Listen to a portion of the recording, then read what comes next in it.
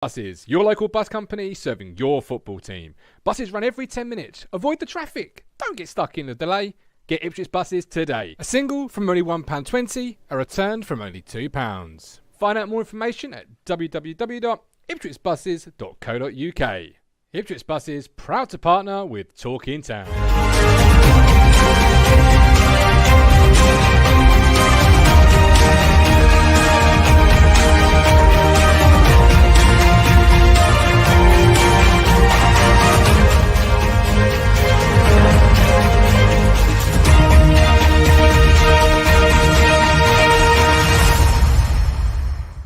Hello again, my friends, and you are my friends, and welcome to the show that takes you from the week to the weekend. That's right, we've finally made it through another week, my friends. We have made it to the other side, and we are looking forward to another weekend of Ipswich Town action. Very much drinking in the last chance saloon, let's be brutally honest, playing a little bit of house money at this point. The visitors tomorrow is Plymouth. It's obviously PM, Paul Mariner Day. Looking forward to it. Looking forward to watching the game, watching the two teams play, and getting home to Portman Road. I'd love to hear what your thoughts are as we head into it. We'll have Matt and Rich both here. Will we argue today? Only time will tell. Only time will tell. But we have got a number of topics brought up by Kieran McKenna in the press conference this week. And what a busy week it has been for Town fans everywhere, across any platform and any station. The content this week, if only the football matched the content, as I keep saying, we'll be playing Manchester City in a couple of days' time. But sadly, yet it does not. But maybe one day it will do. If you didn't see Wednesday's show, then you missed songs, memories, and predictions. Which, speaking of which, our Prediction League Week 30 is in play.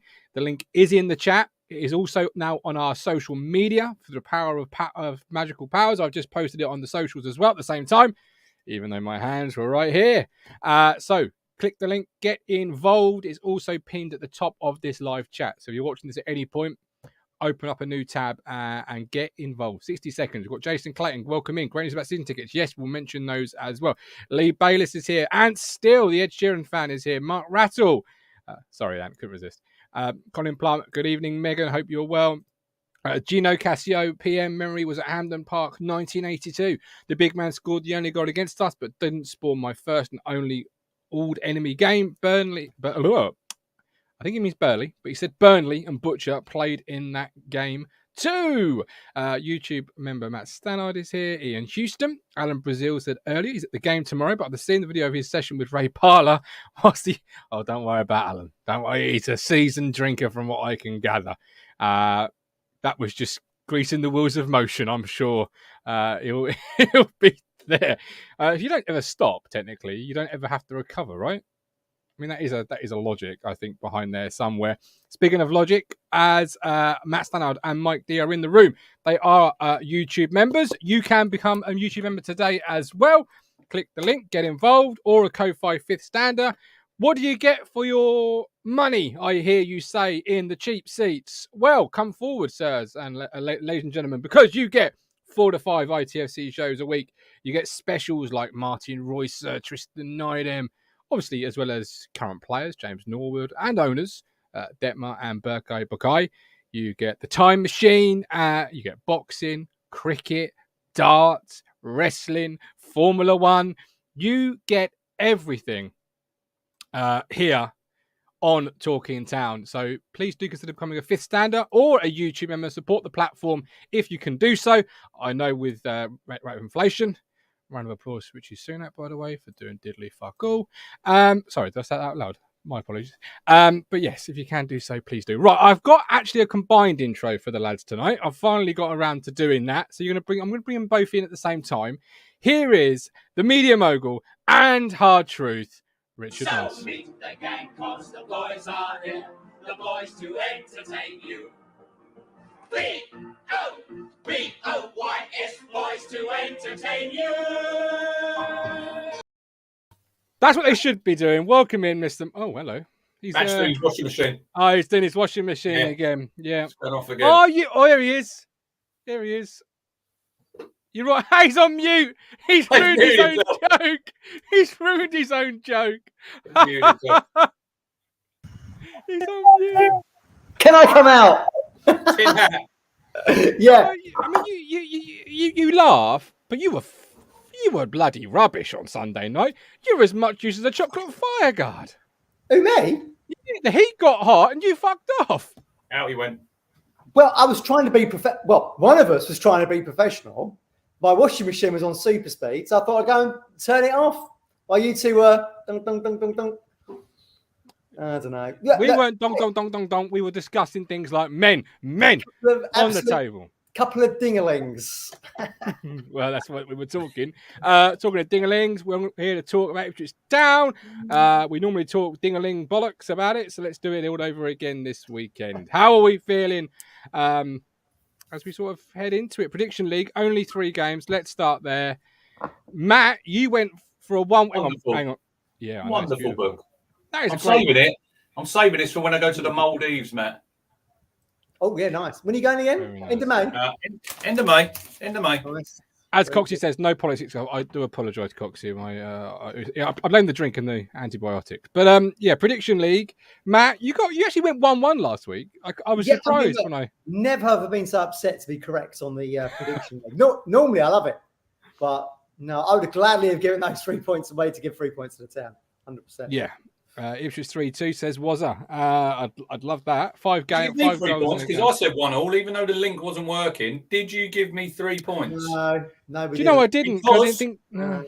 Because the other week you let Matt enter when the game was in play. Yeah. Yes. Yeah, but Matt don't give me grief on live on air. Do you know what I mean? Matt doesn't help me out as much as I do. The funny thing is, Rich, is Martin got me on the show because you could start an argument in an empty room. Yeah. I don't fall out of anybody, mate. No, let's be truthful. I got you on the show because you're the only person who was willing to take a different view to Cruncher, because nobody else actually has the dingly dangs to come on a live platform and say, look, you're wrong, Rich. You're wrong. So that's why we're here where we are. Well, what? Go on. It? Go on. But we are still friends. Don't take the notice of anybody on Twitter, as Mike the fisherman calls it. The wheels are falling off. We were laughing and joking after this. It's all good. Jokers. No, we were. I can confirm we were laughing and joking straight afterwards. The show continued. I mean, if the wheels had fallen off, I'd have pulled the show there and then. But there we go. So Martin did ask me a question. I don't know if you remember this, Matt. After I'd gone off on one, Martin asked me the question about the corners, 200 corners, and my head has totally gone because he says, is it a problem? And I say, no. Well, obviously, we've had 200 corners and we've scored 2 goals, so obviously it is a problem. So I said, is that a problem that we've had over 200 corners and we've not scored scored a goal? No. No. It's deadpan. Straight over. He went straight over here. I didn't even hear what he said. But now he said it on air. It's a clip. You've got to stick by it, son. Every time we don't score. Did you know that someone clipped up, the No Context Talking Town clipped up you two arguing, got 20,000 views. Wow. I'm box office, mate. You two are viral. Yeah, I'm box. Well, I am viral. I did say in the as we were promoting the show, it's going to be box office. Talking Town Peaky Blinders. We provided what we said was going to happen. There you go. Stone Cold Steve Austin 1 week, us the next. Right. It is 40.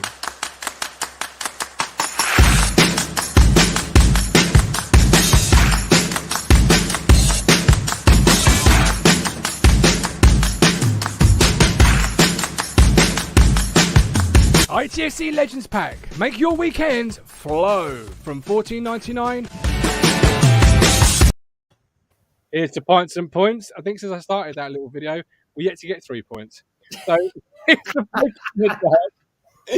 are you allowed to drink with your tonsillitis and various other issues? Let's lift the lid. It's non-alcoholic. I knew it. Right, okay. Yeah. Nice. It's non-alcoholic.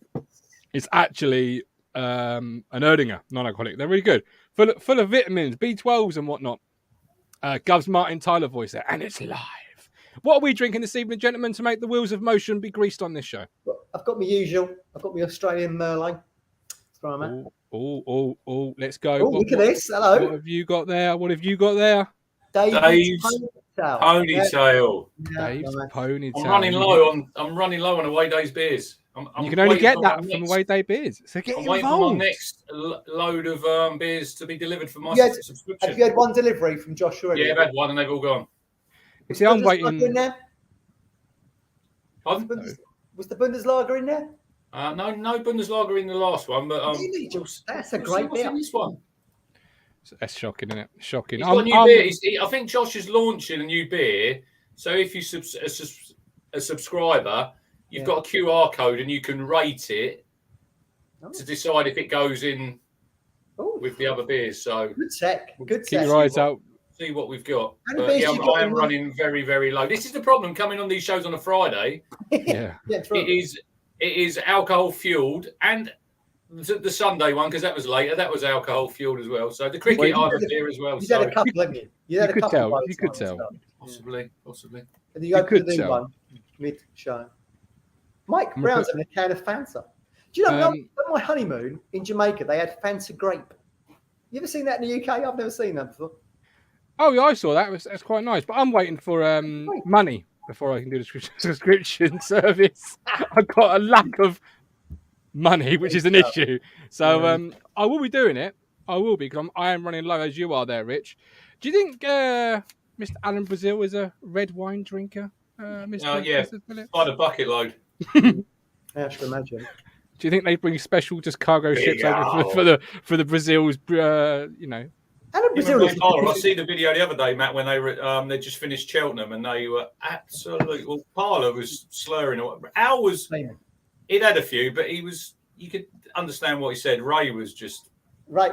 I did a few FA events with Ray. He's such a top bloke. Such good fun. He's so funny. He likes the Cobra beer mostly. That's his go-to. Mike D, YouTube member. Aussie Shiraz tonight for me. Was out on the Fizz last night. Arsenal All or Nothing episode 1 locked. Yeah. Watched it from August, boys. There we go. Wow. Check it out. Speaking of like Aussies, the cricket, Rich, how did we actually do in the end? Are we still doing it? Or? No, we're on now. It is a very tight game, so I'll give you a live score update. England were all out for 204. West Indies are 192 for 8. Oh, that's good. I know that's quite good. This is but what we need to talk about is don't talk about the cricket. What we need to talk about is the man up there is very, very sad that his beloved Italy are out of the World Cup. Yeah, no, him. Not me. Not me, him. I always go back to Martin's idea that all the top nations should be in the World Cup. North Macedonia, man. Yeah, I've changed my mind on that. Look, what a great shot it was. It was a great goal. But, I mean, bloody hell. Now we haven't got the European champions should go right through to the World Cup. They hold it tight. Do you know, because I can't see the tweets on my phone, I used that link when I logged in this evening to see what the expected goals crap was. And as I expected, a load of bollocks. Because Italy's expected goals was way off the charts and Macedonia's was 0.83.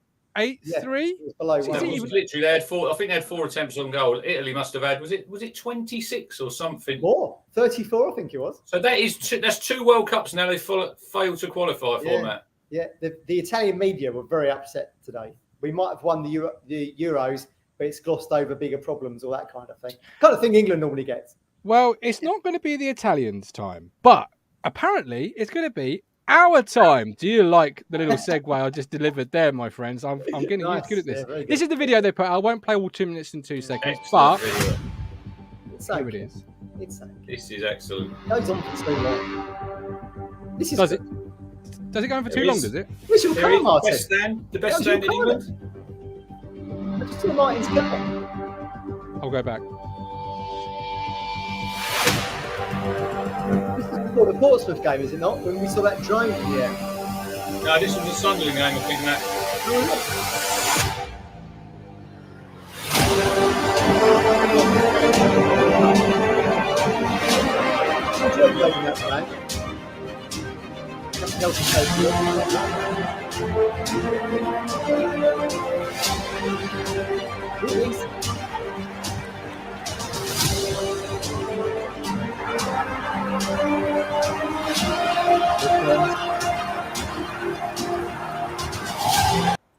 All right, stop it there.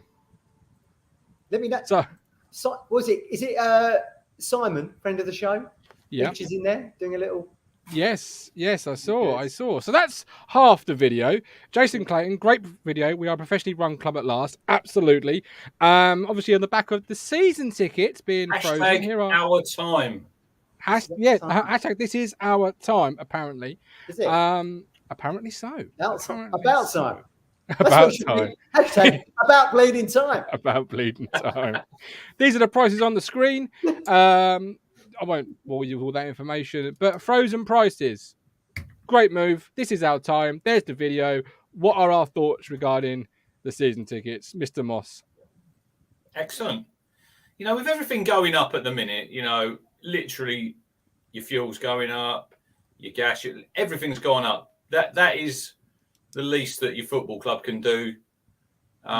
We've supported them fantastically this season, haven't we, at home? We've had, 7 or 8 over 20,000 gates. We want that every game next season, Martin, and more. So, look, price freeze, excellent. Well done. Well done, Mark Ashton, and well done, everybody. Yeah. Wasn't there a promise of a price freeze, though? Yeah, I think they did say that. Yeah, so they're just delivering on the promises, which is good. We've often, sometimes, things change, as we often said. I did say to my gran the other week when they said about, she was telling me they promised a price freeze. I said, yeah, they'll find a way to put it up. Particularly with people saying they want money back on their season tickets. They've got to find that from somewhere. But Matt, what do you think? Well, it was a pinch of salt moment for me. We've seen this all before. Here's the crowd. Here's some drone stuff. Here's people scoring goals. Oh, look, we're 9th. Just do the talking on the pitch next season. We could have another season like this season. Who knows? Who knows what's around the corner? Here we were a year ago with the Americans on the show saying we're going to piss the league. HMS pissed the league, I was told. But here we were a year ago and we couldn't go to football matches and it was COVID and everyone was staying at home. Yeah, so it's been, look, I've really, we're not in the league. You sound like me from earlier, but earlier I was getting pelters from you two because I was a bit meh. I prefer the 8,000 crowd. I can go to the toilet when I want. I can get a drink when I want. I can get home out of the car park. That's more agreeable to me. But I understand that people want to. Well, I'm sure Ashton and Game Changers would say you'd better support another team from now, mate, because we're going places. I'm going down Colchester. Yeah, go down Colchester. You sound so miserable off the back of a great video. Even I can't be miserable watching that video and seeing those prices. Well, if we do fall at the hurdle again, like we've done this season, then everyone's going to be miserable again. So I'm just preempting what could happen. That's all I'm saying. No, don't preempt. Don't tell the people what they don't want to hear. Tell them what they do want to hear. We're going to piss the league. And we're bringing back Aaron Drinnen. 100 goals, as Rich once said. And we're bringing back Aaron Drinnen. Stephen Parry, hashtag positivity. Craig at Portsmouth is definitely renewing. Mike D, is that because they realise it's Forest Green next season? Lewis has tested negative for COVID. Great news. Hopefully see you tomorrow then. Lewis, my electric and gas has doubled. That's that new battery, Steve. That's what that'll be, mate. It's going to be. Do we get money off next season? Didn't you put your team points through to money off or something? Yes, you could do. You could put it against next year's season ticket. Put it into talk about club the points you've had your Lincoln points added. Have you? How much is that? 10 points. I think it's about £7 something. You have to use them. You have to use them by the 30th of April. Everybody. Well, considering I didn't use the last set of points, well, you've lost them. They've gone. I couldn't give a rat's ass. Well, there you go. Why don't you give me your points? Why don't I give you my points? We never asked. Yes, I did. Did you? You said you're getting your points to somebody else. Well, you didn't follow through. You got to follow through on these things, Matthew. I'm just one man, pulled in many directions. Yeah, true. Most notably, PR control of the bag of that Herbert. But let's be honest. You wipe the sweat away from your brow there, Mr. Moss. I've been working hard this week. I've been working hard, getting more guests. You have. You've been doing well. Talk about getting guests and working hard. Obviously, Statman had Kieran Dyer on his YouTube channel. I was trying to think if it was on a platform or not. On his YouTube channel. Tuesday, was it? I can't remember. A great listen, a great watch. So, young players. Obviously, that's got the cat amongst the pigeons, so to speak, if you like. McKenna had this to say today. I think the academy has certainly been a very important part of my pathway and my progression to getting here. Since I've worked in first team football, certainly our record as a staff at Man United over the last few years, that'll be him and Martin Pert, as it's always been at Man United, has been massively towards trusting young players and developing young players. That's something I very much believe in, something I feel like I have good experience and a good eye for and a good track record in. I know some fans have said, yeah, just been the academy. I know some fans have got a little bit riled, upset, concerned. Where are you two? What do you two think? And obviously McKenna's thoughts are there. So, Matt, you can go first this time. Crack on. Well, look, me and Rich discussed this on the phone yesterday, I think it was. Like, I've gone on record to say I'm not really bothered about the academy at this moment. Just give me a squad of players that can get this Ipswich Town out of the third tier and back to the championship, which should be our part, really. But I do get that everyone likes, the homegrown talent come through. And there's no denying the fact that McKenna has worked with youth players and he might well be looking at some of the Man United youngsters to bring in next season. I'll be absolutely amazed if he isn't. But, have we had a good crop of youngsters come through? I mean, well, Statman put some really good stuff out today. And I've got one here. Since Connor Wickham scored his last goal for Ipswich Town in May 2011. Wow. There have been only 10 teenage goal scorers for Town, Matt, and only 5 of them have come from the academy because 5 are loan players. You got Josh Carson got 2, Bishop, Dazelle, Lancaster, loanees, Chalobah 2, Troy Parrott, Ainsley Maitland-Niles. That's it since May 2011. 11 years ago. That's when Connor Wickham scored for us. Wow, 11 years ago. That's crazy. But he was the last one that we sold for a considerable fee. And I know people will say, look, we sold these players, But the trouble is at the minute when we're category 2, anyone that we've got look at Charlie Brown, Ben Knight, we've done a lot of work for them when they were young, come to Town when they're probably, 8 or 9. Yeah. They get to 14, 15. Man City come along, Chelsea come along, cherry pick them. Thank you very much. There's $1 million. So all that work that you've done as an academy coach, and they're gone. Is Ben Knight ever going to make it at Man City, Matt? Well, I was going to say. Well, I mean, you can blame the FA for that because they changed they formed the Elite Player Performance Plan, EPPP, which meant that any kid could go to anywhere in the country. It used to be that you had to be 45 minutes away from your parent club. So that suited us. But even then, you'd get digs, wouldn't you? You'd get young players going to stay with host families to navigate that. It was formulated so that those kids would stay with the club. And then look at Liam Gibbs. Matt. He is a prime example of Town. Norwich have obviously offered him, and he's probably his family. Some good money. He's gone to Norwich. Where is he now? In Norwich 23s. Will he break through at Norwich? I doubt it very much. But if he was at Town still now, if he was still at Town now, Martin, I'll ask you, would Liam Gibbs be playing in the first team at Town? Well, now what with Kieran McKenna, possibly so. I mean, more closer to the first team action than he is at Norwich. I don't agree with that. He's not better than Mawson. He wouldn't have been better than Backinson. It's hard to say. There you go. So you say Backinson, right? We've got El Mazzuni. He's one of our players come through the academy. Yeah. But we've signed Tyreek Backinson, someone who is a little bit older than him, got more experience from playing in the championship. And next season, Kieran McKenna, he's got to hit the ground running. I've said it before on here, are we going to wait for these players to develop when we can go to a club and we've got the finances now that we can sign these players? And if you flip it around, if you listen to the Simon Milton interview as well, Martin, the academy was just he was a big part of the academy, when he was at Town. But that just got left to. This shows that what's happened under Marcus Evans these last 13 years. This is the long term that we're suffering right now, and the academy needs a massive overhaul. Needs a reset. Absolutely, without a shadow of a doubt. And I think you need to take a step back, maybe 2 or 3 steps back as a football club and as fans, and just realise where the main team, the first team, is in the landscape of world football.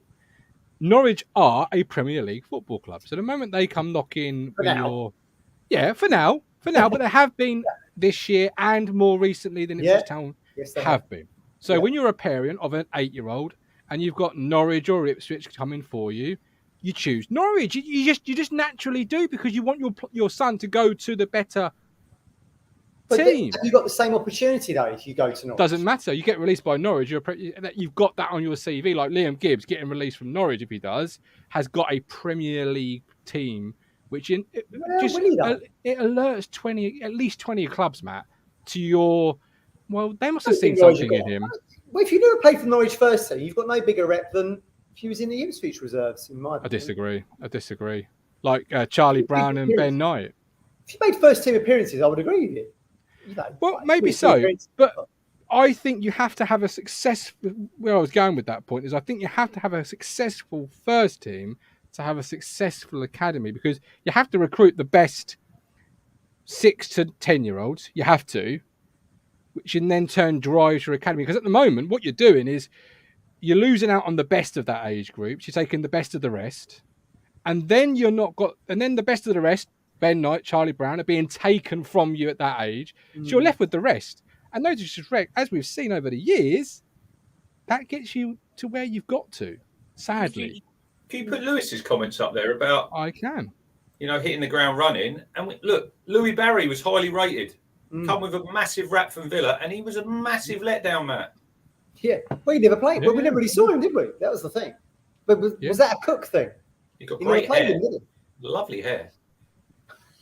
Look, he's been in the Barcelona academy, La Masia, been in Villa, comes to us, never plays. It doesn't make any sense. Did he go to Swindon? Yeah, he's there at the minute playing. And how's he doing? What's he doing? Is he ripping it up? He's got a couple of goals. Compare that to Tyree Simpson's spell at Swindon. Is it as good? Is it comparative? Well, different positions though, aren't they? Different positions. Well, they're both strikers.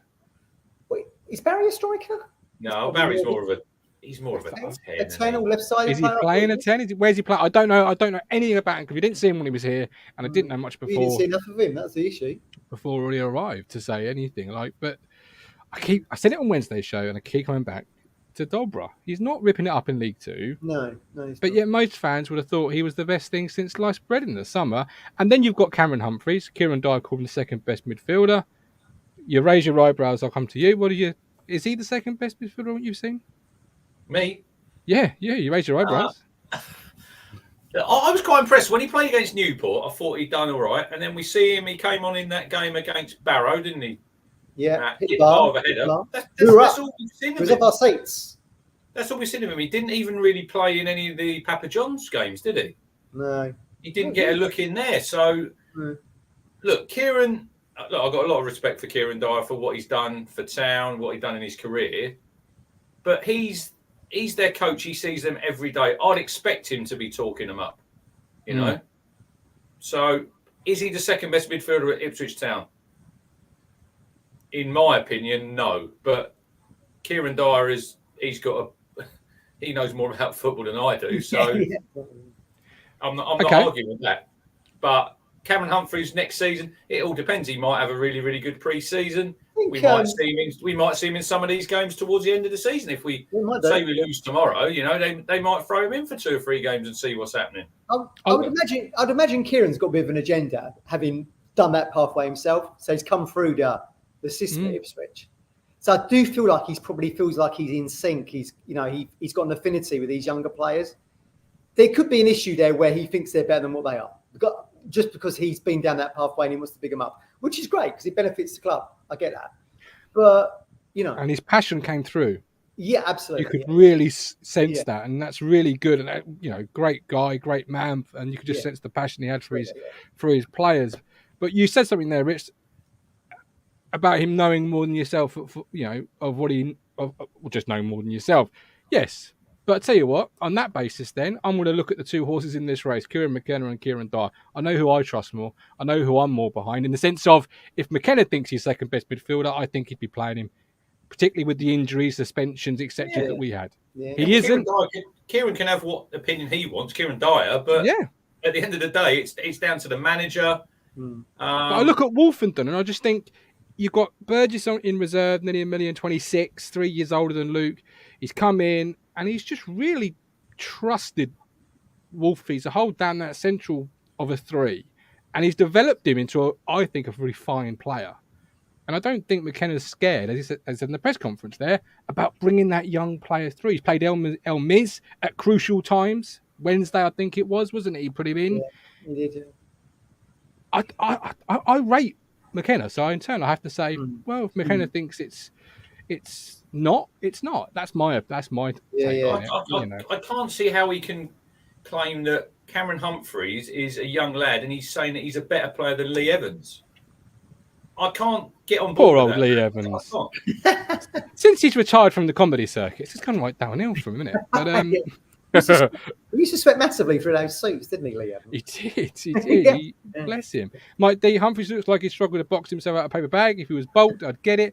Matt Stannard, I think we should be putting some on the bench to give them a chance. Can't be worse than Carroll, and we give much more effort. Matt, look, to be fair to Matt, I lost the bet with Bailey Clements.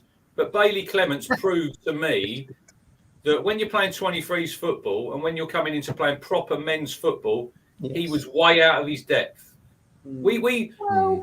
As fans, we love players coming through the academy, Matt. But we do. We need to take a lot of our fans need to take the blue tinted glasses off and get in the real world. You know, we all want to be romantic. We'd love to have a few academy players and we get promoted into the championship.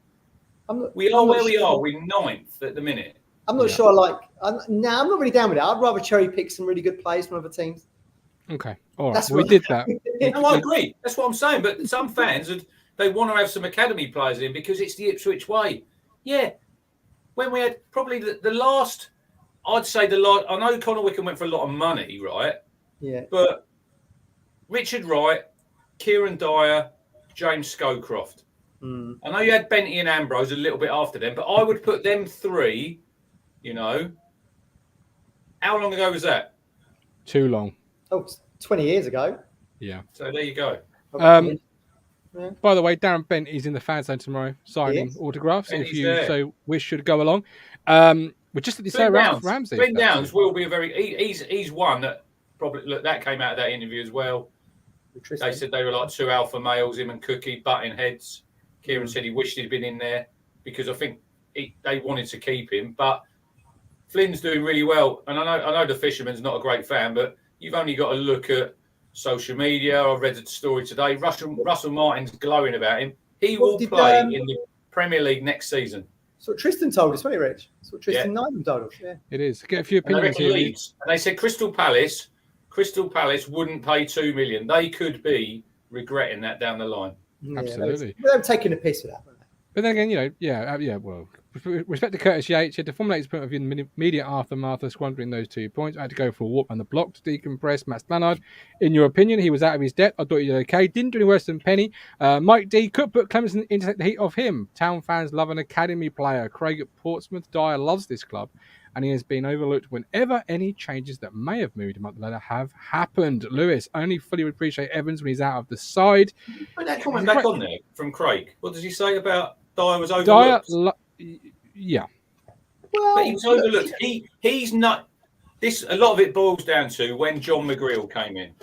If you read between the lines, you listen to that interview. John McGreal came in, and what was it? The next day, Matt, he was temporary manager. Kieran thought he should have got that gig because he was the 23's manager, and McGreal was coming in to assist him. And he's probably right, to be fair to him. But John McGreal's got more management experience than him. But then, at the end of the day, Kieran Dyer's in the Kieran Dyer business. He's not really a fan like us. He's not paying money to go to the games. He's not buying the merch and all that. He's really looking at what his coaching journey is going to be. And he knows that McKenna has brought in Pert and various other people, and maybe someone else will come through the summer. And he's not part of that. He's not part of that conversation at the moment. Therefore, he feels disagree. Like he's got to go. Disagree. I think he a is a good job fan. for Kieran would be Colchester, right? Go and cut your teeth there. Oh, look, Paul Ince went and cut his teeth at Macclesfield. Why shouldn't Kieran cut his teeth in the same division? That's my view on it. I disagree. I think he is a fan. He is a fan. He loves the club. Obviously, that's very evidently and clear. I do think he should have been given the interim gig, if we're going to talk on that just now, because in the line of succession, he is up next. And but why would you give an interim gig to someone who's never managed before? That makes no sense whatsoever. Well, because so what? So what? John McGreal had done what? 100 amount. Whatever. What did John McGreal do that Kieran Dyer at worst would have done. Like we didn't win a game. Well, to John's credit, he changed up the formation that McKenna has continued with. Look, Kieran Dyer might have done that. You don't know Kieran. You can't give Kieran Dyer a Ipswich Town gig when he's never managed a team before. But then why was he on the 23 manager? If you don't trust him, then surely you don't say we're bringing an assistant into you, Kieran. You sit him down and you say, sorry, Kieran, it's time to. Well, yeah, but look, Ben Moore makes a good point here. If that's the case, Matt, then why give Kieran McKenna the job? I would say that McKenna has worked with a better pedigree of coach / manager. Pochettino, Solskjaer, Ralph Rangnick for a bit. I do think, Matt, it is the same as your understudy getting the job when your manager goes in whatever job that you've got right now. You, and I know you as a person, you'd be royally pissed. I think we all would be if you think, the area manager's gone. I'm going to step in, at least get a bit of experience, and then the new boy, not even the Adam. I'm going to butcher the surname. Sorry, Ate. Not even him. Not even him. It's the new boy here, for a cup of coffee, gets the gig. I'd be upset, rightfully so. But tomorrow is a very special day, and I wanted to talk on that before we bring in our guest. It was mentioned in the press conference today. McKenna said he's such a big part of the traditions of this football club. He was a mainstay and such an important part of one of the most successful teams that it has ever produced, and a big reason why we have the football club as it is today. We wouldn't be in this position and have the following that we do if it wasn't for the success of the team that Paul Mariner was such a big part of. I think that's right, and I'm very pleased that we continue to respect and acknowledge these traditions where we can, and the legends who have been represented at the club are such a big part of that. Have you both got individual memories or thoughts of Paul Mariner before we bring in the guest? Cool, man. Yeah, well, when my dad took me to see Ipswich those first couple of seasons, Paul was playing.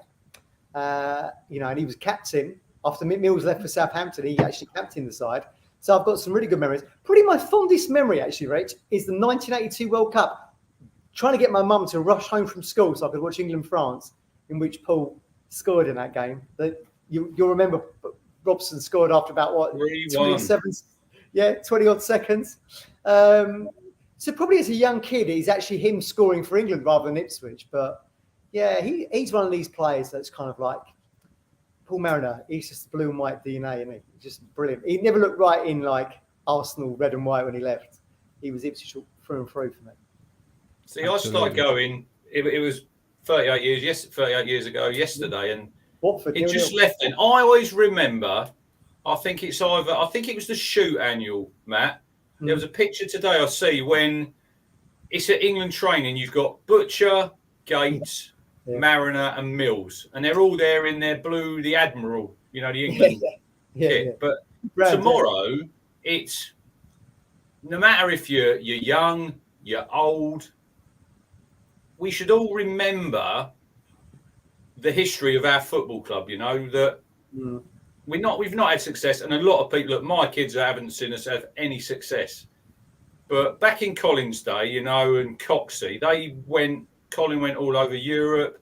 Yeah. Graham Brook, told some great stories the other night, Martin. Yeah. We need to remember, and tomorrow's about. It doesn't matter if you're young. It doesn't matter if you're old. Remember that he's part, and he's probably our greatest, one of our greatest players, Paul Mariner. We should remember that. Go into the game tomorrow. To me, it's great that we're playing against Plymouth. I've got his stats down here. He played 154 games for Plymouth, 61 goals, 337 for Town, 136 goals. So it's going to be a real emotional day tomorrow. And I think, I want Town to win. I think it's going to be 1-1, and I think it'll be fitting because he'll be up there watching. And he'll probably be happy with that, because he obviously managed Plymouth. I remember when he came back down Portman Road and he gave his coat away and he left his glasses in the pocket. Yeah. They beat us 2-0. Radio Suffolk, I think, that they said, Can you bring his coat back because he's got his glasses in? But I only remember him really playing. He just left Town. I've seen him play for Portsmouth, Matt, when I think Jim Smith was manager. That was when they won the league. That season. But look, you've only got to look at his goal record. Look at the goals that the club put up today. The two in St Etienne. Yeah, fantastic. Fantastic. The debut when he played against West Brom when we beat him 7-0. Fantastic memories. what we're going to do is I want the chat to really get involved with this. I want your thoughts on Paul Mariner, your memories of Paul Mariner. I can see many flooding in. I will collect them, I will save them, and then I will come back in at the end, gentlemen, if that's okay. Bring Colin in for the song at the end. And we'll run through what the chat have come up with our guests. So I'll drop, as we've done for the Martin Roycer, and I'll collect those, and we'll come back at the end and go through those. So introduce who we've got with us, and we'll do a substitution on 40 minutes. Well, I've got the book. You know, I've got the coaster out tonight, and Paul's son George follows me on Twitter, and I thought I'd just ask him tonight if he fancies coming on. You know, sharing some memories of his dad. He's obviously going to be at the game tomorrow, so yeah, welcome George to the show. Hey George, how you doing? How are you? Yeah, I'm good, thank you. Thanks for having me on. Really appreciate it. It's a real privilege to have you here. The part of the Mariner DNA on Talking Yeah, Town. I appreciate all the kind words you were saying before about Dad. You know, he loved both clubs really, Plymouth and Ipswich. Obviously, he spent a lot of his time at Ipswich. But yeah, you know, he actually called me when he lost his glasses that time, and he said I can't see anything. Someone's got to find them. I said, look, this is not my problem right now. This is something that you got to deal with. I know you got the win, but this is something you're going to have to deal with right now. Yeah, they won that night. I think it was 2-0, wasn't it, George? That night, I think. Yeah. George, was he nervous about that? Being manager of Plymouth, going back to the Pullman Road, was he nervous about that at all? He wasn't he was nervous more about trying to get a result because obviously Plymouth at the time were under a bit of a cosh. Yeah, they were. And they didn't have any money at all. And I think they had a lot of debts at the time, so they couldn't bring any players in. I think they could bring in a couple of loanees. Richard Eckersley, I know he brought him in because I'm still friends with him, and he was more nervous about getting a result. But you know, he obviously loved coming down to Ipswich and and getting a result because he needed it more than anyone. Let's be honest. And there was a little bit of needle with Roy Keane as well, so I think he was happy to get one over Roy at the time. Yeah, I bet. What was your relationship like with your dad? Because obviously he spent a lot of time in the States, didn't he? Yeah, no, me and my dad were really, really close. You know, he's like a best friend of mine, and you know, even though when we were younger, he first moved back up north for a while because he started doing a lot of coaching after he sort of finished playing. He was up in Chorley for a while, but he used to come down and see us every weekend and pick us up. And I was still living in Preston at the time. I believe it's near Lavenham, right? I think Preston, Lavenham. Yeah. So yeah, he would, you know, he'd always come down, and you know, when we were living in Preston, we actually we lived in like a massive sort of farmhouse, kind of. Nice. It was really, it was really nice, and we had I think we had about 7 acres, but he ended up building us a football pitch, and it was proper. It was a bit of a boss job. Like we had this ride-on mower, and we all used to have a go on it and cut the grass and stuff. And but yeah, he put up the goalposts, and I remember it was really proper bodge job, like really thick goalposts. It wasn't rounded or anything. It was bits of wood. And for me and my brothers, my two brothers are, you know, a couple of years older than me, but my middle brother was actually a goalkeeper. Like, he loved playing goal. Wow. So he said to my dad one time, he said, "Come on, give it your best shot. Come on, let's see what you got." And he actually ended up breaking my brother's wrist. Yeah. And my mum was furious. So yeah, he had to go to hospital and get a cast on. But yeah, I think it just came from, like, obviously my dad, you know, being a footballer, and, you know, wanting to, you know, got that winning mentality and just wanted to put the ball in the back of the net. And at this time, it didn't really matter if it was his son or not. Yeah. How does it feel, George, having a town legend as your dad? You know, because look, as fans, everybody loves him, but he was your dad, you know. Yeah, honestly, I'm so proud of what he's achieved. And, you know, when he was around, we used to go through all his shirts and, you know, all his England caps, and he'd go through the players that he played against, and he always just tell me what they were like. And I'd always ask him, you know, with certain centre backs who was most difficult. He always, McLeish always came into his mind a lot. But he just, I think with Dad, he was so down to earth, and he wasn't someone that boasted about what he did in football. Say if he moved into a new place and they asked him what he did, he'd probably just be really low key and just say, he worked in sport, or he just wouldn't tell people what he did, because he was always really humble about everything. I think that's just sort of testament to his character, really. But it's changed, hasn't it, George? How footballers are like perceived now. You've got social media, in the press. Back in the day, there was none of that about. They went down the pub, didn't they? I've had stories from Terry Butcher when they went on the away games. They'd come back, they'd open the door on the bus, all the cans would fall out. Exactly. Yeah. I think those lot wouldn't have been able to get away with what they did back then. That's for sure. Because the amount of drinking they did, even like before games, smoking in the toilets, like they were up to no good. And there's, that would never ever happen now. So like, if social media's around when my dad was playing, I think there'd been a lot of bother. I think Sir Bobby would have a lot of fines to give out. That's for sure. Yeah. Your dad was kind of like a rock and roll footballer, wasn't he, George? Like you look at George Best, right? Obviously, what a great player. He's got the hair. He's got the socks down. Your dad was very similar. I know he was into was it Deep Purple and all the heavy Deep Purple. Yeah, exactly. Deep Purple, Iron Maiden, AC/DC. Yeah.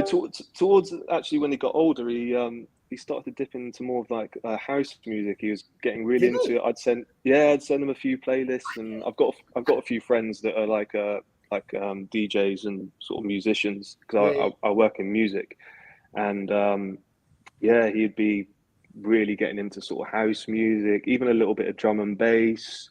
He was kind of like, he's the sort of person that he could never sort of sit still. He was always, if he wasn't like doing some sort of dance, he'd be singing or something. Like sometimes like car journeys were unbearable. There were times where he'd come and stay with me in London, and we'd go down to Plymouth for some sort of event with Plymouth Argyle. Yeah. So we get in the car, and we've got about a 4-hour journey, and he's got the radio on, and he's literally singing the whole way down. It was unbearable. Like when we were younger, my brother actually came up with a nickname for him. We used to call him iPod Shuffle, because he'd think of just songs just from out of his head, and he'd be singing and whistling, and it's just like it was funny, like when you look back on it, but at the time it was unbearable. But when you was like kids and that, and you go on holiday wherever you might go, did you get recognised a lot? Would you like be in a restaurant and people go, "This Paul Mariner over there"? Yeah. I mean, like in London a lot, and not like obviously in America when he was on TV on ESPN and doing the stuff for the Rebs, you get recognised. But yeah, he'd always be down to sort of sign autographs and whatnot and talk to people. He was really good with people, that's for sure. Yeah. And there was one time actually when we were younger, we were down at Plymouth, and I said, "Oh, why don't we go? Let's go to Plymouth Pavilion. Let's do a bit of ice skating or something." And he looked at me and go, "What, ice skating?" I was like, "Come on, let's have a laugh." I think I was about 15 at the time, and we've got our skates on, and he's all over the shop. Like I was doing pretty well. Anyway, he got the hang of it a little bit, and he got a little bit cocky. He got a little bit ahead of himself, and he went too fast. And when you hit the toe and it sticks into the ice, he went flying over onto his chest and skidded along the ice. Then people like realised who it was, and they're like, "Oh, that's Paul Mariner. That's Paul Mariner." Because he's loved by town fans, but obviously, like you're saying, he's really loved by the people from Plymouth as well, isn't he, George? Yeah, definitely. We always had a really good relationship with Plymouth, and I was actually in the academy at Plymouth when I was a teenager I must have been there about 5 or 6 years actually, and so I built up a really good relationship with Plymouth, and I always used to go to the games because my mum still lives down there. So tomorrow's a bit of a difficult one for me because, obviously I still follow Plymouth a lot. but also I love Ipswich because of Dad and the Yeah. history and what he did there. So, like you said, 1-1 could be a fair result for everyone, and obviously on a day, it could be nice for both clubs. But it'll be a tricky one for me because I've always loved Plymouth and what they've been about and what they did for Dad, because kind of like kick-started his career really. Coming up to Chorley to scout him, and first time around, I don't know if you've read the book, but he actually when they first came to scout him, he actually broke his leg. So basically, he had to do rehab, and I spoke to him about it, and I asked him like, how did you feel when you came back, and from that leg break, and he just said, he worked really hard, and when he was on the pitch, he felt like a different player because he put so much effort in, and that he wanted it so much that he just put the time and effort. And on the pitch, he said he felt great. He felt strong. He was ready, for this challenge. And Plymouth came back up to watch him, and they said, "Look, we need you. We want you to come down for a trial at Plymouth." So he went down to Plymouth, and said bye to my grandparents, his mum and dad, and he was staying in digs down at Plymouth. And I think he did a couple of days trial. I can't remember how many times, but he did say to me that. He said to me he scored so many goals, and Tony Waiters, who was I think the gaffer at the time, dragged him off at half time and said, "Look, we're gonna have to take you off." And Dad was like, "Why? Why are you taking me off? What's going on? I'm raring to go. I'm scoring all these goals. Keep me on, gaffer."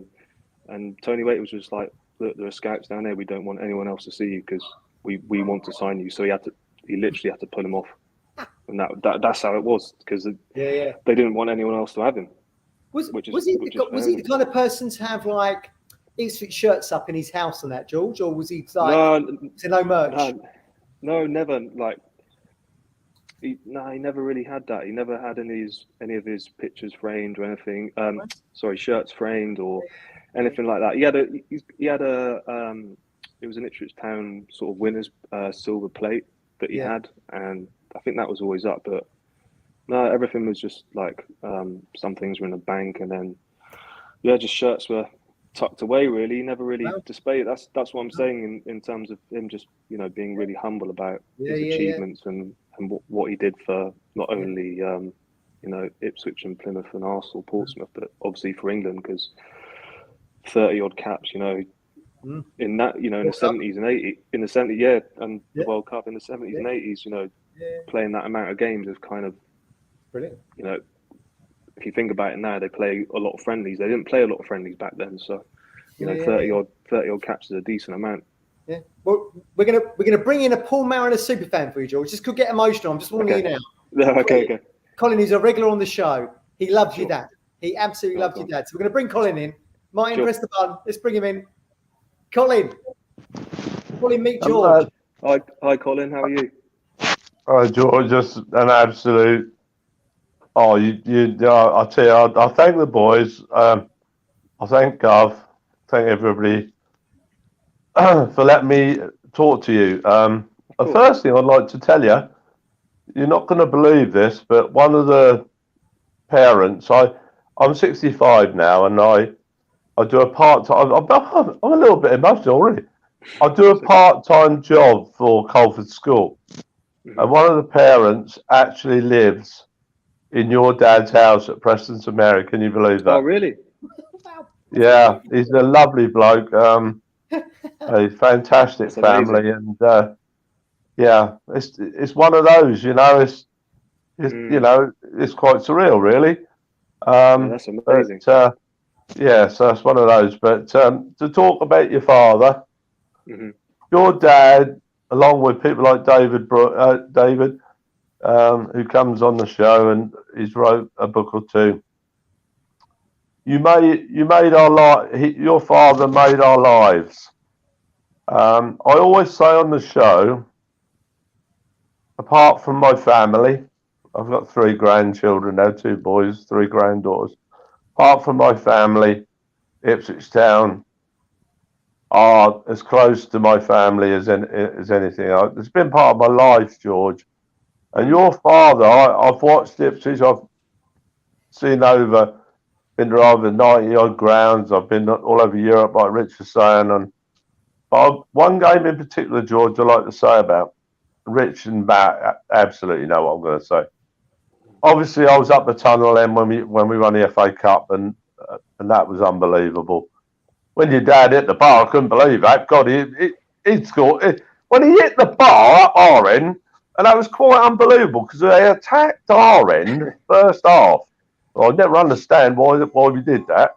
But anyway, they were attacking our end, and when he hit the bar, it had scored that at Portman Road blindfolded. Yeah. You know, I couldn't believe it, really, George. But what about the left foot volley as well? The game I want to talk to you about is Cincinnati in away. I knew it, Colin. I knew he was going there. Hey? I knew he was going to mention Cincinnati, and that's your favourite game, isn't it? Yeah, best performance I ever saw, and a lot of people have said this, have seen loads of games, and back me up 100%. Best performance I've ever seen. Bearing in mind we beat Real Madrid, Barcelona twice, and some very, very good sides, Lazio, Roma, Inter and AC Milan have all gone by the wayside. But that Cincinnatian team with Michel Platini, Johnny Rep, and they had a host of really, really good players, as we did, obviously. But that night, it was an awful pitch, George. Absolutely awful. Your dad scored twice, one magnificent header. I saw him score a better header against Liverpool at home, 1-0.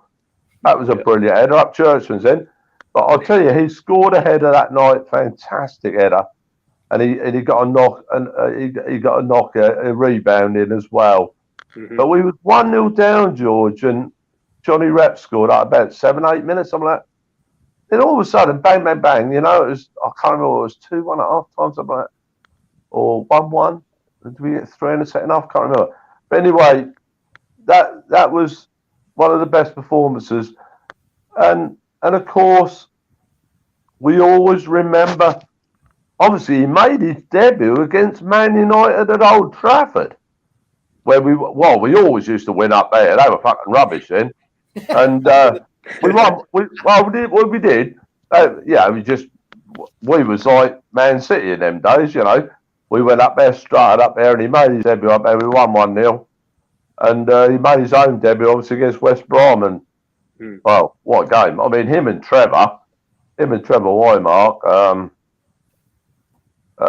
were just him and Brazil were brilliant, obviously, but him and Trevor Wymark. Trevor never got the accolades he should have got, really, because your dad and Trevor were, like, they were just like fish and chips, really. They just went so good together, you know. And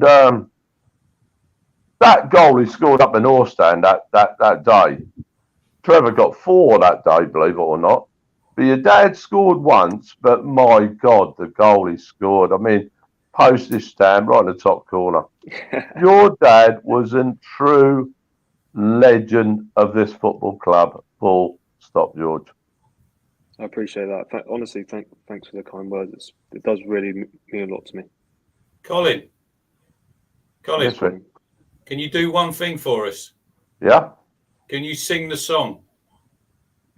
Mariner, oh Mariner, we walked a million miles for one of your goals, Paul Mariner.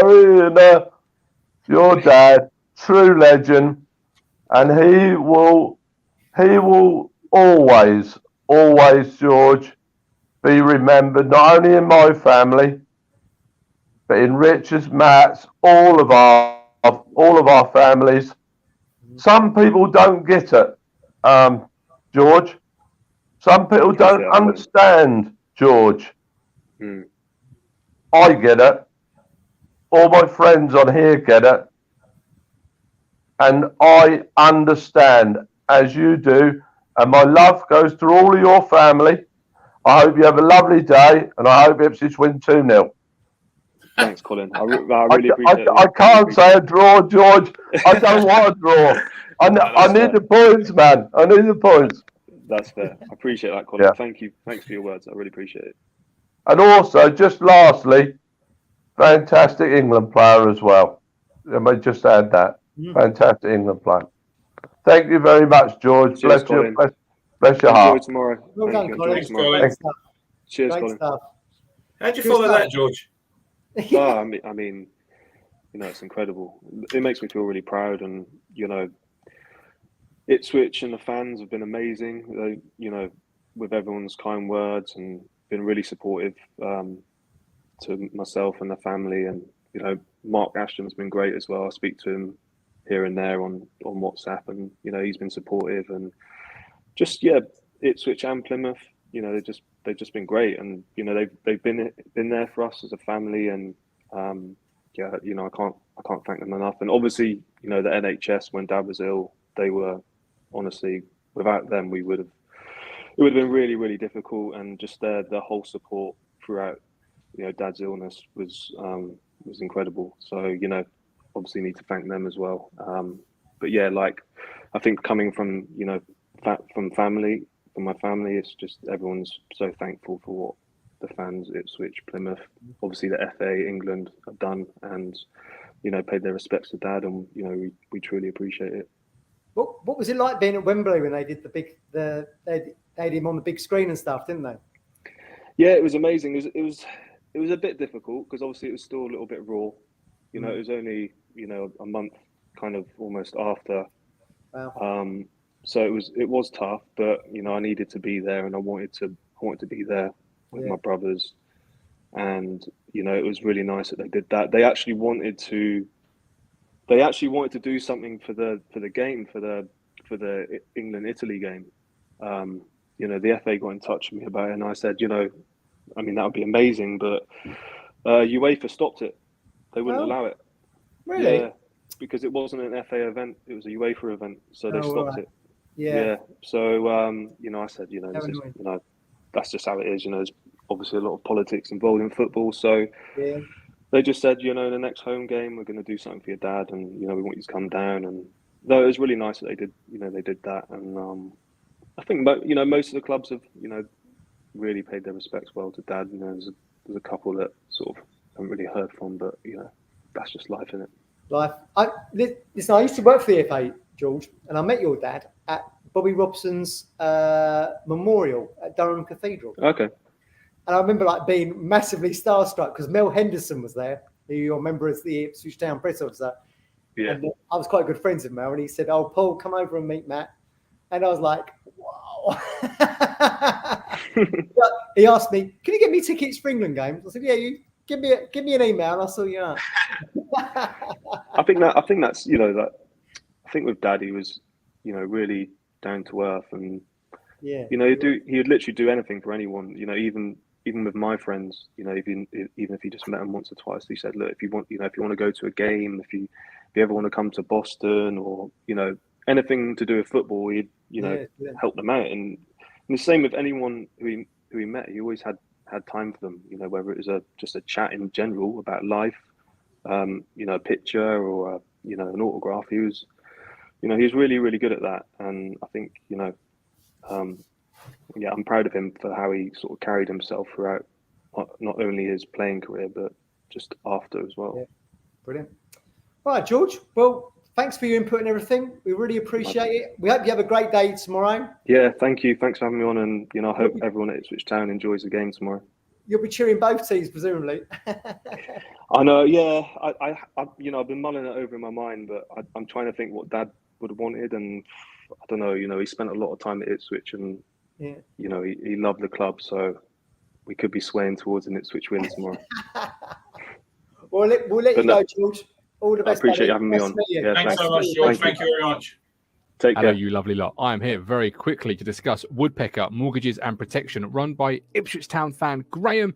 So you're in good hands if you go with Woodpecker Mortgages and Protection. I want to discuss the income protection service they do with you. You all know me and you all know my story. Literally, one day I went out into that big wide world, the scary world, and I had an injury which left me disabled and unable to work. Just like that, I lost my income. Just like that. That's a click there. Crazy. this may have been an answer to a prayer, because obviously when you can't work, you can't earn. And when you can't earn, your bills are still going to be there wanting to be paid, like children needing to be fed. This could have been an answer to my prayer and taken some stress away from me and let me focus on my mental and physical health. Income protection insurance, it's not for everybody, but it might be for you. So give Graham a call on 01636 337 447 or email graham@woodpeckermortgages.co.uk. And I must say, your home may be repossessed if you do not keep up repayments on your mortgage. You know it makes sense, you lovely people.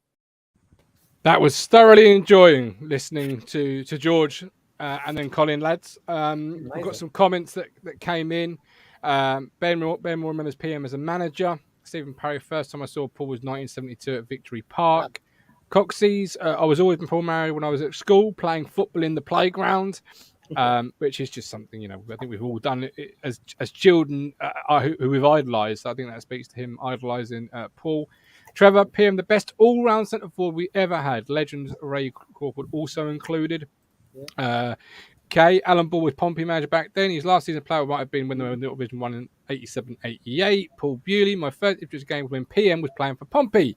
Adam, couldn't pick him out of a lineup, but know how much he means because of people like Cruncher and the GOAT. It's brilliant that you two help keep the memories of him alive. Colin's comment, what was it, Martin? He said? You've changed it. Whoa, I did put it on the screen. Your father made our lives. Unbelievable comment. Yeah, totally. Yeah, and really heartfelt with it.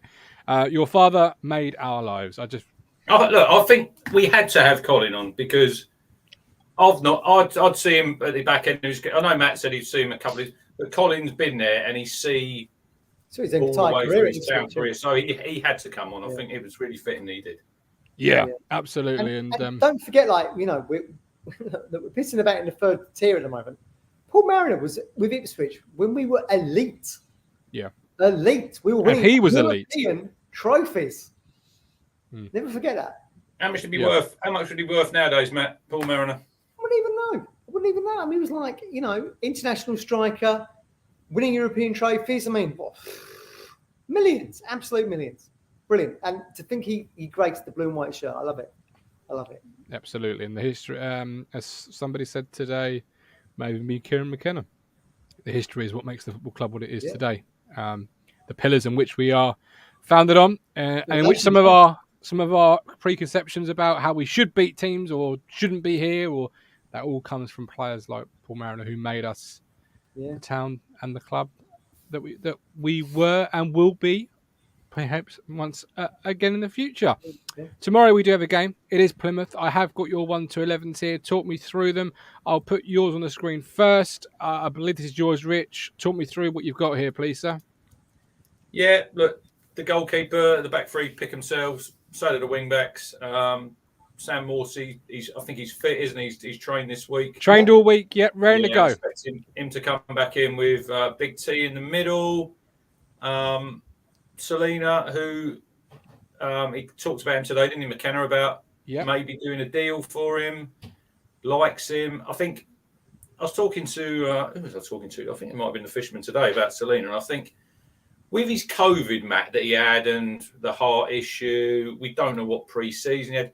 His best football is coming towards the end of the season now. He's found that little spot in the team under McKenna. He was a bit in and out under Cook, wasn't he? Played a few games. I think that I was reading the other day, there was a couple of months where I think he'd hardly played. He was on the bench. But I think he's benefiting now by playing week in, week out. Bond's going to start up front because I think Joe Piggott last week, we all see with our own eyes that it just didn't work for him. Yeah. I don't think Kieran McKenna fancies Norwood. Well, Graham Brooke had him in the team midweek. On Wednesday's show, Graham had Piggott starting. No, not for me. Not after Saturday. I don't. No, I think Norwood will be on his way in the summer. So I'll go with. But I thought Bond looked. I wouldn't say back to his best last Saturday, but he was. Yeah, he really come on and he give it a bit of. He lifted us a bit of a spark, and you could pick a Luco possibly tomorrow, but I'm going for Chaplin because. Funny you should say that. It's his goals. Okay, Roy Clark, the same sort of thinking as me. Chaplin is in the same team doesn't work. Tell us, Martin, for everyone who's watching, because you often say this, don't you, when we're at the ground. Why do you think Chaplin and Selena don't work as a duo, as the two white Sometimes good players can't play together for whatever reason. Chemistry, understanding. I just think they don't have a chemistry together. And instead of working as a pair, they often fill the same space. They often have the same idea. I think sometimes away from home they probably work better. They get a bit more They're space. more disciplined. Where I think at home they're given more license to pop up in the areas of space. Whereas away from home, I think they're asked to do specific inside, left and right jobs. You're going to stay there. You're part of a disciplined structure. Whereas at home, you go and find space. The issue is they're so intelligent as players, they find the same space. Yeah, I was going to say the Portsmouth game, they were both, and we don't get enough people in the box when they're two. But I don't see him playing two strikers. No, I don't. Aluko hasn't got the goals. He hasn't got the assists. So that's why I'm going with Chaplin tomorrow. I think you're right. I think the squad that you've got it at the moment may dictate, and we'll come to match team now, that you play them both. If you're going to sign Selena long term, not for me. I'm with Mr. Roy Clark there. Ben, I think with Plymouth's back three, we need Bon and Norwood up top. So Ben would like to see it too, as I'm sure the Fishermen would. Craig, agree. We are seeing the real Selena now. I really hope he signs permanently. No one knows who is in McKenna's strikers draw. Jason Clayton, I want to score from a corner. Well, Rich don't know. He thinks it's fine, so don't worry. Matt, your team I'll be straight on the phone tomorrow if we score from a corner. You bloody better be. My team is exactly the same as Rich's, other than I've put Aluko in instead of Chaplin, because I think Aluko plays his better football.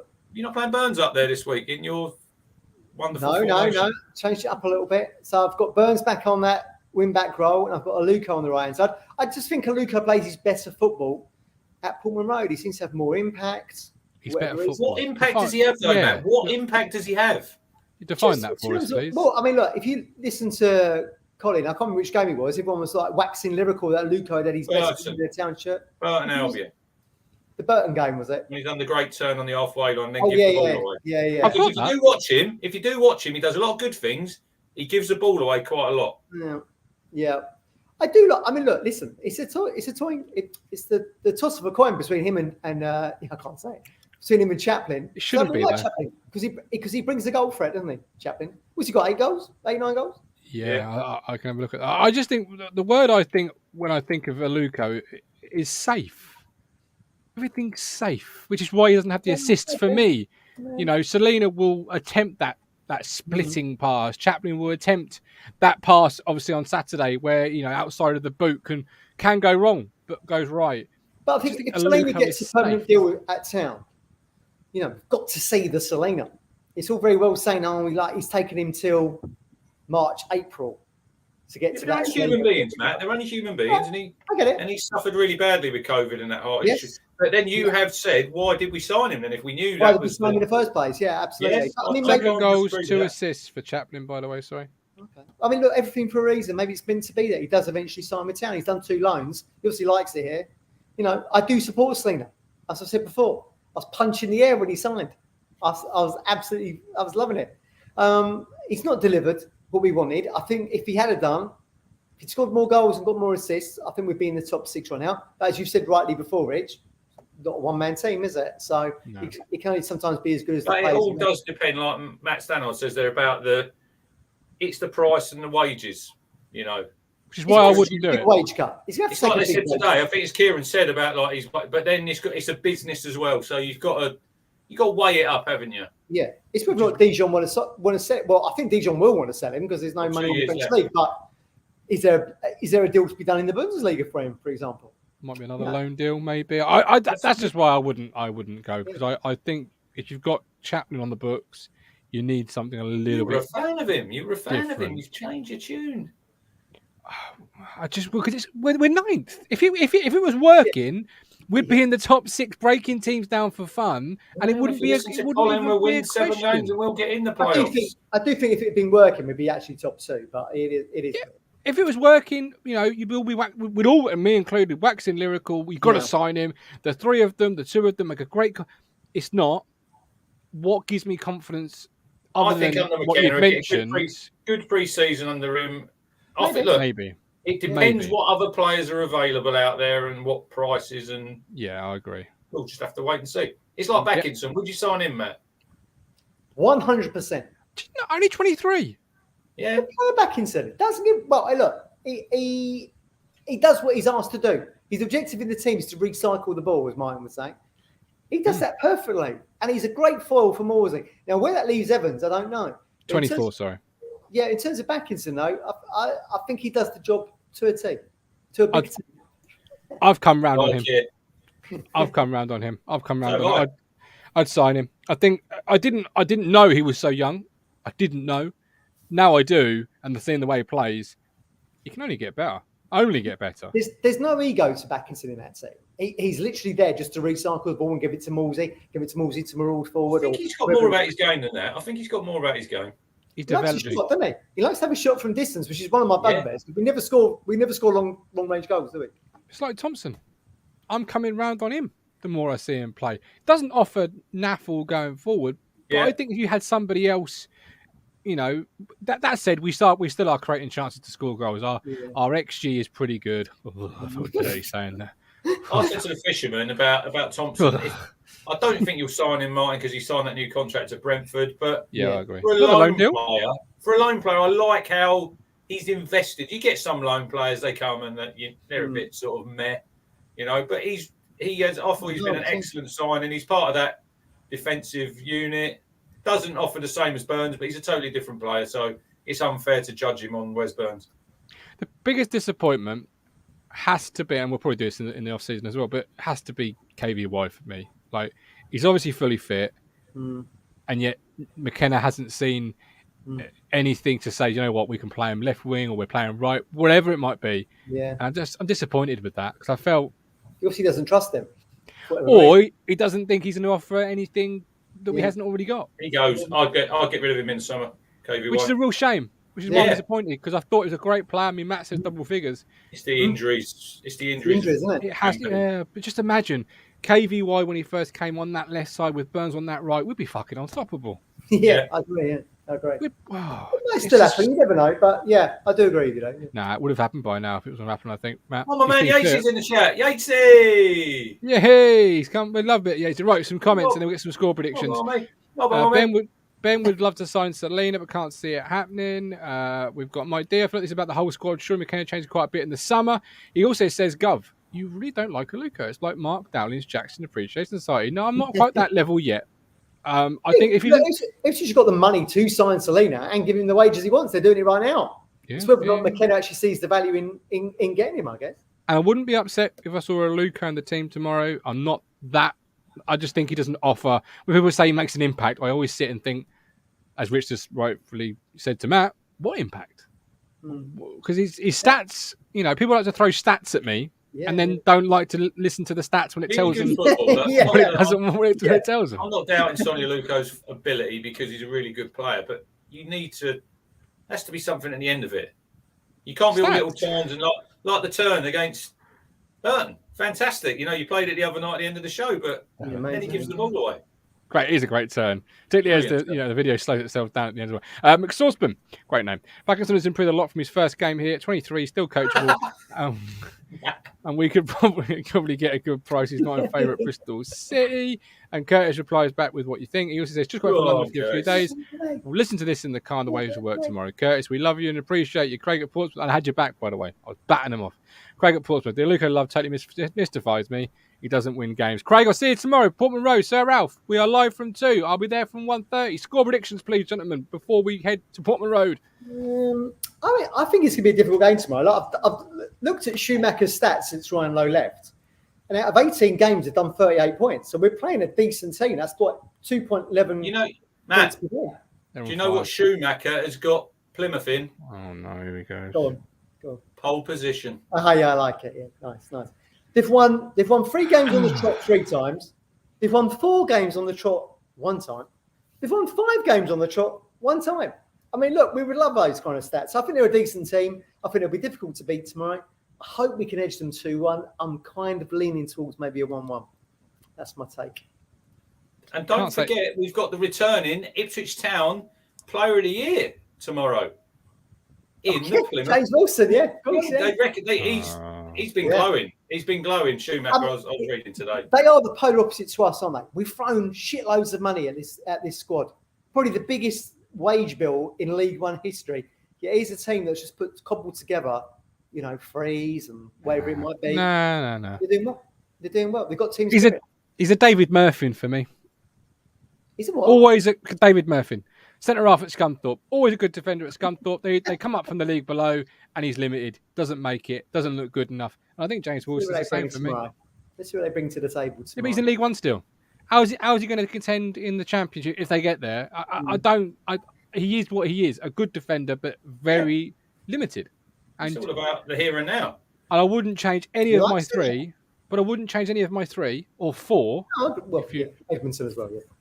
For him, I wouldn't. Yeah. Okay, yeah, I get that. I mean, look, Wilson was only ever signed as a stopgap, wasn't it? It was just because Toto got injured. He suddenly got thrown to the forefront of the team. I wouldn't change any of them, but James Wilson was here last season. Where did we finish in the league, Martin? 9th, but 1 less point.